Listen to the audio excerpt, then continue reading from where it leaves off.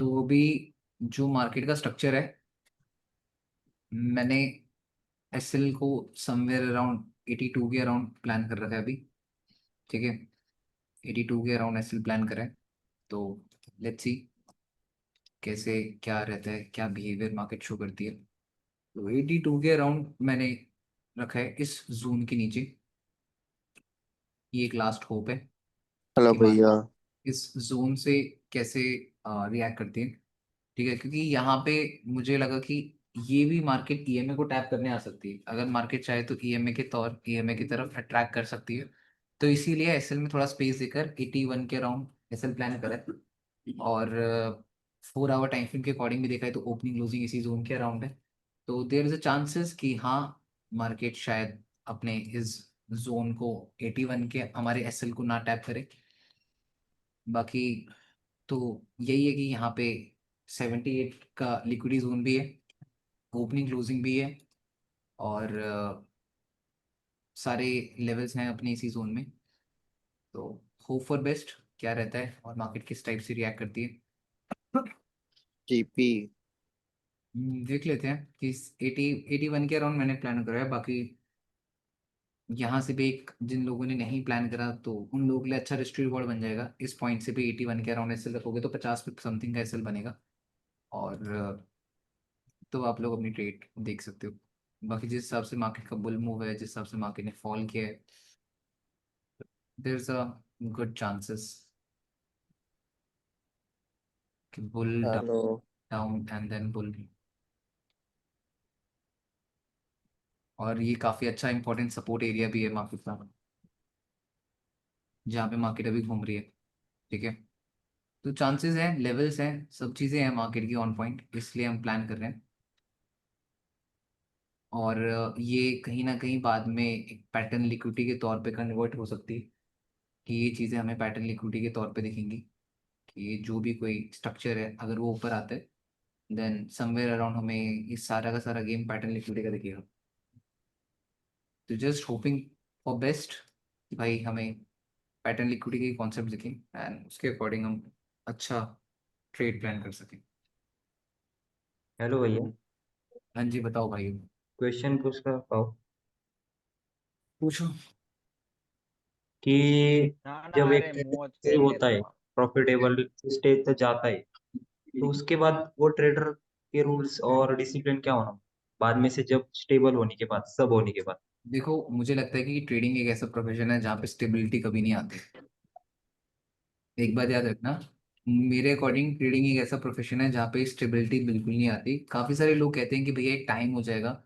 तो एक टाइम के बाद ट्रेडर की जब स्टेबिलिटी आ जाएगी तब उसका माइंडसेट कैसा रहता है। तो इसीलिए कहता हूँ कि ट्रेडिंग एक ऐसा प्रोफेशन है जहाँ स्टेबिलिटी की नाम की कोई चीज़ नहीं है। यहाँ से मैं 10 साल भी दे दूंगा ट्रेडिंग को, क्या 10 साल के बाद मेरे एसएल नहीं हिट होंगे? क्या 10 साल के बाद मेरे को कभी एग्रेशन नहीं आएगा मार्केट में? क्या 10 साल के बाद मैं कभी रिवेंज ट्रेडिंग नहीं करूंगा? क्या 10 साल के बाद मेरे अकाउंट ब्रीच नहीं होंगे? अगर लॉजिकल बात करी जाए तो 10 साल बाद भी वो सारी चीजें होंगी जो आज हो रही हैं। फर्क सिर्फ इतना होगा, आज अगर 1 लाख डॉलर में ट्रेड कर रहा हूँ तो 10 साल बाद शायद से 10 million, 1 million, 5 million, 6 million, 8 million, 20 million किस इस फंड में शायद से ट्रेड कर रहा हूँ। आज अगर 10 लाख का लॉस होता होगा तो शायद से उस टाइम पे 1 करोड़ का लॉस होगा। आज 10 लाख का लॉस बहुत बड़ा लगता है तो उस टाइम पे 1 करोड़ का लॉस बहुत ज्यादा बड़ा लगेगा। तो जिंदगी सेम ही रहेगी, फर्क सिर्फ नंबरों में आएगा, फर्क सिर्फ जिम्मेदारियों में आएगा। तो मेरे को लगता है कि भाई चेंजेस तो नहीं आते, इसीलिए लोग ट्रेडिंग से स्विच करके लॉन्ग टर्म इन्वेस्टिंग के तौर पे जाते हैं। और क्योंकि इन्वेस्टिंग में नहीं होता कि आपको रेगुलर ट्रेडिंग करनी है, आप स्विंग सेटअप्स प्लान करते हो, आप ईयरली का रिटर्न प्लान करते हो, क्योंकि आपके पास उतने फंड्स होते हैं। तो जो ट्रेडर्स की एक लाइफ स्पैन है वो भाई काफी शॉर्ट लाइफ स्पैन होती है। एक बहुत छोटी जिंदगी होती है, उस छोटी जिंदगी में जितना पैसा कमा लिया कमा लो। बट आप ये सोचोगे कि जिंदगी भर ट्रेडर ट्रेडिंग से पैसा कमाएगा, तो एक टाइम होता है मेरे भाइयों जब हमारा दिमाग भी बुढ़ा हो जाता है, जब उसको भी रेस्ट चाहिए। ये तो अभी यंग एज है, इस यंग एज में अपना दिमाग फाड़ू चलता है, स्ट्रेस भी मैनेज कर लेते हैं, सब कुछ मैनेज कर लेते हैं। बट जब फैमिली वैमिली होगी, तुम लोग ही सब कुछ होगा, देन आई डोंट थिंक कि तुम ये स्ट्रेस सब मैनेज कर पाओगे। अभी तो अकेले हो तो स्ट्रेस स्ट्रेस सब मैनेजेबल हो जाता है, बट मुझे नहीं लगता कि फैमिली वैमिली जिम्मेदारी आएंगी उसके बाद ये ट्रेडिंग का स्ट्रेस मैनेज करोगे। ट्रेडिंग का स्ट्रेस बहुत गंदा स्ट्रेस होता है यार। लॉस होना, ड्रॉडाउन में अकाउंट्स आना, कभी कभी ऐसा होता है स्ट्रैटेजीज वर्क नहीं कर रही होती, मार्केट आपके अगेंस्ट चल रही होती है। तो ये चीजें 10 साल बाद भी होंगी। क्या आपको ये लगता है 10 साल बाद आप मार्केट मूवर बन जाओगे, मार्केट प्रिडिक्टर बन जाओगे? मार्केट प्रिडिक्टर कभी कोई नहीं बन सकता। एक अच्छा रिस्क मैनेजमेंट एंड एक अच्छा डिसिप्लिन ट्रेडर जरूर बन सकते हैं। तो ये चीज मैं कह सकता हूँ। ठीक है, डन है। डन है डन। एक और चीज पूछना था मेरे को। पूछो। मैं अभी बहुत मतलब कंटिन्यू प्रॉफिट में था, और मेरा रिस्क रिवॉर्ड रेशियो 1:1 का रहता है। तो मेरा हम्म। फेज 1 पास हुआ और मैं सेकंड फेज में गया और मेरा लॉस हुआ $150 का। हम्म। तो मैंने वापस से उसको कवर भी कर लिया, बट ना मैं अपना रेशियो नहीं बढ़ा पा रहा हूँ। मैं 1:1 से कोशिश करता हूँ ऊपर जाने की ना, तो वो हो नहीं पाता है। आपको 1:1 से ऊपर क्यों जाना है? पहला क्वेश्चन ही है। क्योंकि थोड़ा सोच रहा हूँ कि थोड़ा ये फेज इवोल्यूशन फेज है वो जल्दी पास हो जाए इसके वजह से। क्यों जल्दी पास क्यों करना है? क्योंकि मैं 1 महीने से अटका पड़ा हूँ। जो लोग साल साल भर से अटके पड़े हैं वो ये दुख नहीं गा रहे। तुम तो 1 महीने से अटके पड़े हो तो अब देखो क्या है ना, तो तुम यहाँ पे एग्रेसिव अप्रोच रखने की बात कर रहे हो। बात ये समझना, तुम यहाँ पे एक एग्रेसिव अप्रोच रखने की बात कर रहे हो। क्या तुम उस एग्रेसिव अप्रोच का भुगतान झेल पाओगे? हम्म, जो एग्रेसिव अप्रोच रखना चाह रहे हो, अगर उसमें तुम्हारे लॉसेस होते हैं, क्या तुम उसको बेयर कर सकते हो? सिंपल सा क्वेश्चन है। नहीं। अगर तुम्हारा अकाउंट तुम एग्रेसिव रख रहे हो और वो अकाउंट तुम्हारा ब्रीच हो जाए, या वो अकाउंट सीधे 3 या 4% ड्रॉडाउन हो जाए, या अच्छे रिस्क रिवॉर्ड कैच करने के चक्कर में लॉसेस बैक टू बैक होने लग जाए, तो क्या उस माइंडसेट को बेयर कर पाओगे? तो नहीं हो पाएगा, थोड़ा जब तुम मुश्किल। लॉस जब तुम लॉस जब तुम लॉस बेयर नहीं कर सकते, तो तुम रिवॉर्ड के बारे में क्यों सोच रहे हो? जो चीज तुमने प्लान करी है, तुम उसके लॉस के साथ ही कंफर्टेबल नहीं, then how you can get comfortable with that profit? जब तुम लॉस के साथ ही कंफर्टेबल नहीं हो, सबसे पहले मैं तो हमेशा एक बात बोलता हूँ अपने हर स्टूडेंट से, ट्राई करो जो भी प्लान कर रहे हो उसका बुरा सोचो, कि इसके बुरे टाइम पे क्या आपका माइंड क्या कहेगा। ठीक है या नहीं यार? तो अगर ओके बुरे ओके। टाइम पे आपका माइंड भी स्टेबल है, देन भाई मुझे नहीं लगता कोई प्रॉब्लम है फिर। ठीक है, तो don't be get so aggressive. ठीक है, एग्रेसिव करोगे तो ये चीज थोड़ा सा सोच लेते। भैया Then 4 आवर का ओपनिंग क्लोजिंग है 84 पे। मैक्स उसके नीचे एसएल रख सकते हैं। मैंने 81 के अराउंड सोचा है। थोड़ा सा सेफ देख रहा हूँ, क्योंकि मैं जिस टाइप से एग्रेसिव मूव सोच रहा था वो ऐसे एग्रेसिव मूव आया नहीं। But now what I was expecting कि let's give a space to that 81 and let's see that how market gives. ये मेरा कुछ प्लान है।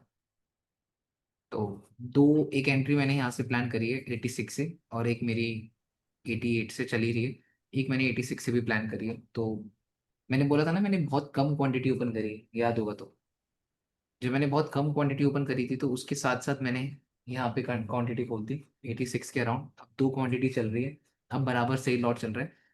81 के अराउंड ऐसे रख दिया। अब लेट्स होप कि भाई मार्केट मूव दे दे, नहीं भी देती तो फिर कोई बात नहीं, लर्निंग मिल जाएगी।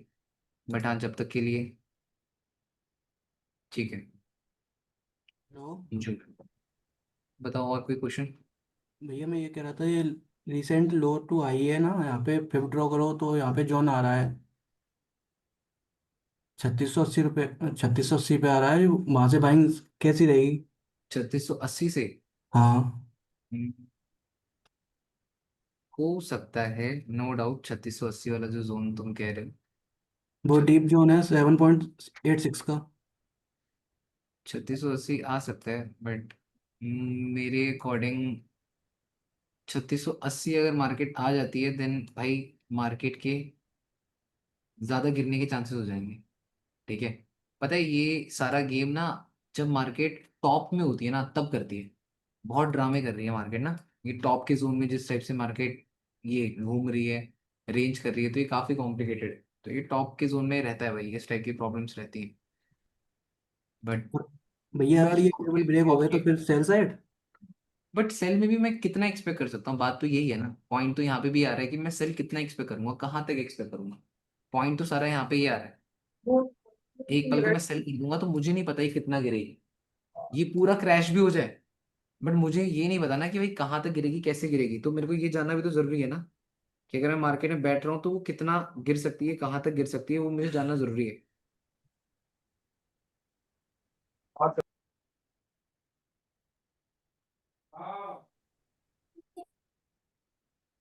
क्लियर हुआ ही नहीं हुआ? ओके तो वो ओके, जानना। क्लियर हो गया। जी भैया, भैया मैं पूछ रहा था जैसे पता नहीं क्वेश्चन रेलेवेंट है या नहीं, सब पर relevant फॉरेक्स है। Forex market and Indian market दोनों में साथ में ट्रेड करना सही है या नहीं? भाई मुझे लगता है कि जहां से पैसा बन जाए वो कर लो। जब एक जगह से अच्छा पैसा बन रहा है देन दूसरी जगह पे हाथ क्यों लगाना। बट आप ये कहते हो कि भैया मैं दोनों जगह से पैसा बहुत आराम से कमा रहा हूँ और दिमाग को दिक्कत नहीं हो रही है, मैं तो ट्रेडिंग में वो चीज़ करना प्रेफर करता हूँ जिसमें मेरे दिमाग को कोई प्रॉब्लम ना हो। जहाँ मेरा दिमाग शांत रहे मैं वो चीज़ करना प्रेफर करता हूँ। अगर मेरा दिमाग 10 पेयर्स को ट्रेड करना दिन में लॉजिकल मानता है, मेरा 10 पेयर ट्रेड करने के बाद भी दिमाग खराब नहीं होता, तो मैं 10 पेयर ट्रेड करूंगा। बट अगर मेरा दिमाग कहता है कि नहीं बॉबी मैं तो 10 पेयर ट्रेड करते करते थक जाऊंगा, मैं तो वैसे कोई डिसीजन ले ही नहीं पाऊंगा, देन मैं वो करूंगा ही। बात सिंपल सी। पर अभी तो भैया दोनों से ही पैसा नहीं आ रहा। तो फिर एक ही जगह पे ध्यान दो, जब दोनों में पैसा नहीं आ रहा था तो एक जगह पे ध्यान दो। समझ रहे भावी हो? भाई, हाँ जी पूछो। हाँ मैं बोल रहा हूँ कि 3680 पे लगता है मुझे टच करके फिर ऊपर चला जाएगा, क्योंकि लास्ट जो मतलब कि अच्छी बाइंग का मोमेंटम भी वहीं से स्टार्ट हुआ है। इसलिए मुझे लगता है कि 78 पे कर लूँ क्या एसएल को? कर सकते हो 78 कर लो, कोई दिक्कत नहीं है। ओके मेन क्या भैया। है ना, आप लोग को पता है आप क्या एसएल रख सकते हो, क्या प्लान कर सकते हो, तो कोई इशू की बात नहीं है। मैं ज्यादा एसएल अभी इसमें नहीं दे रहा हूँ क्योंकि 81 लास्ट इसीलिए दिया है, जस्ट 81 लगाया है एग्जैक्ट ना, मैंने 81.00 लगाया है। वो मैंने इसलिए लगाया क्योंकि अगर अब गिर जाती है तो फिर भाई वो गिर सकती है ज्यादा भी ना, तो इसीलिए मैं पंगे नहीं ले रहा। क्योंकि मैंने एक एंट्री 84 पे लगाई है, आधी क्वांटिटी 86 पे बाई की है।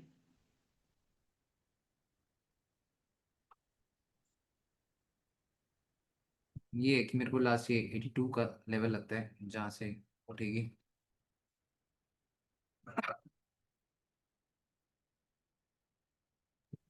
हेलो भैया, बताओ। मुझे एक क्वेश्चन था बोलो।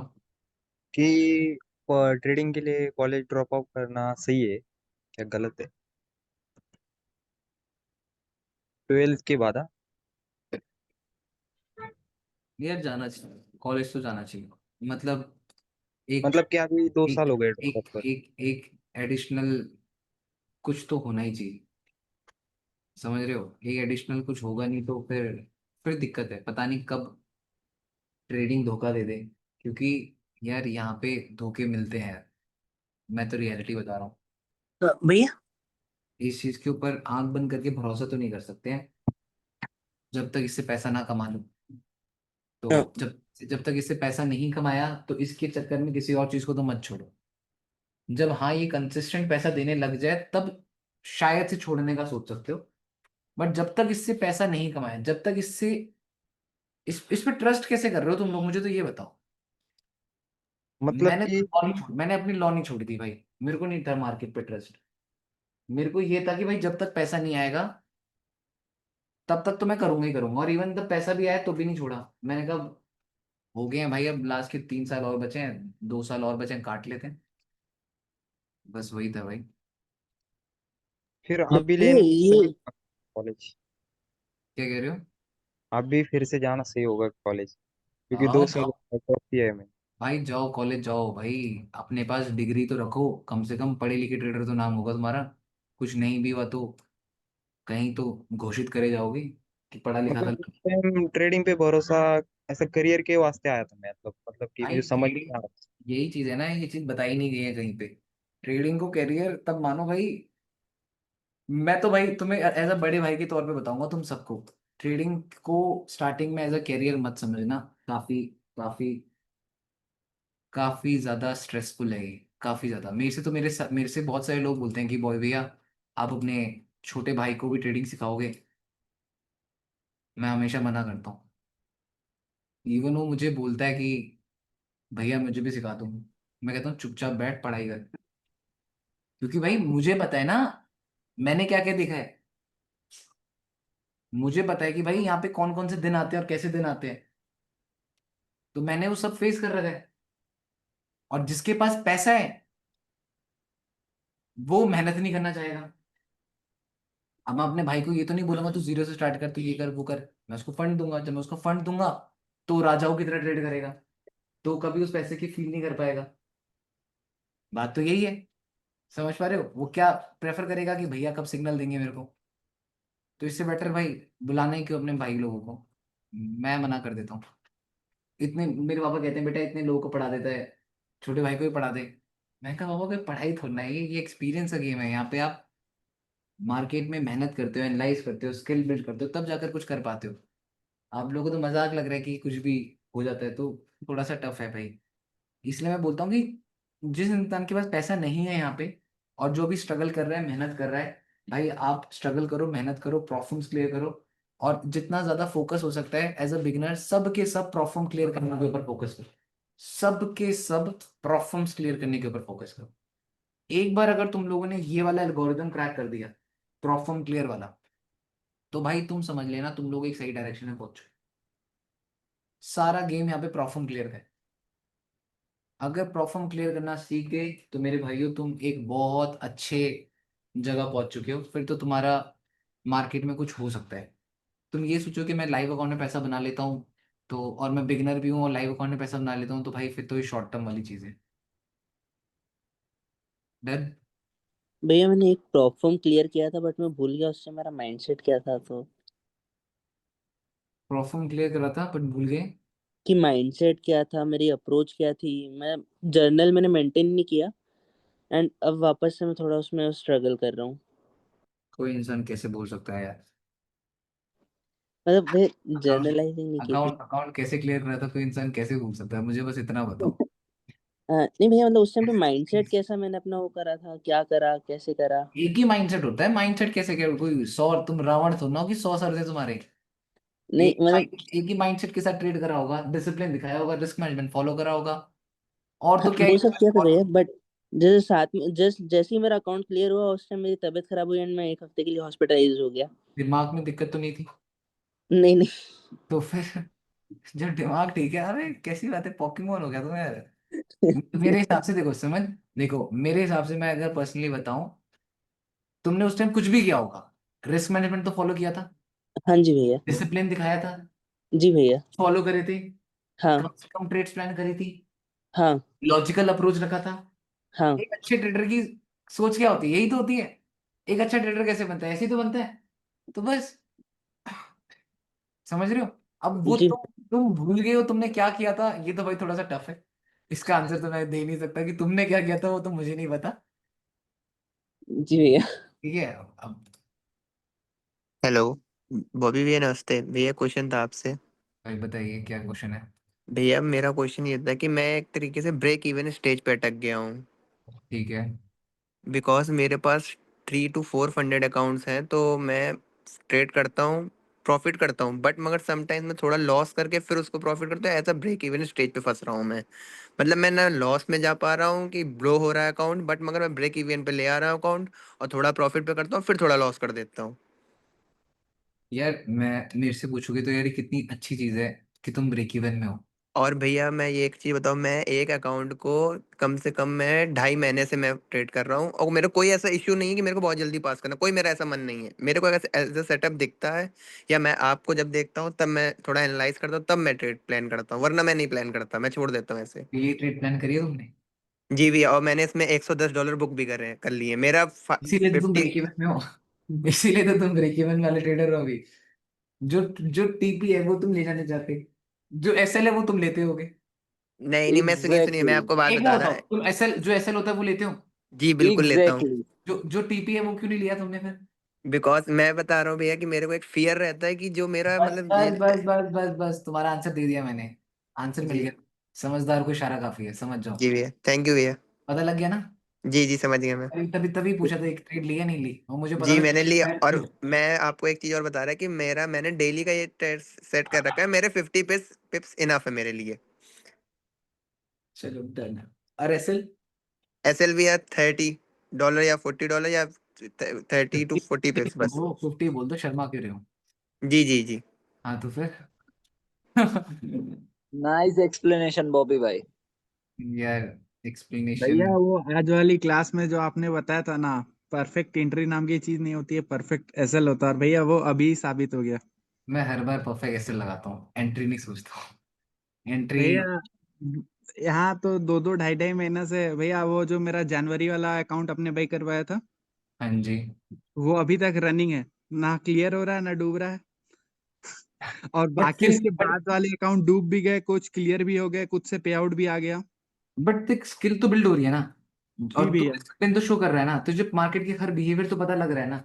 जी भैया। मैं तुम्हें बस ये कुछ बात टाइम बोलता हूँ, पहले भैया, तुम लोग आप बस जो बता। स्टिक रहोगे ना। मैं इतना तुम्हें बोल सकता हूँ, तुम लोग सिर्फ और सिर्फ स्टिक रहो मेरे प्लान में।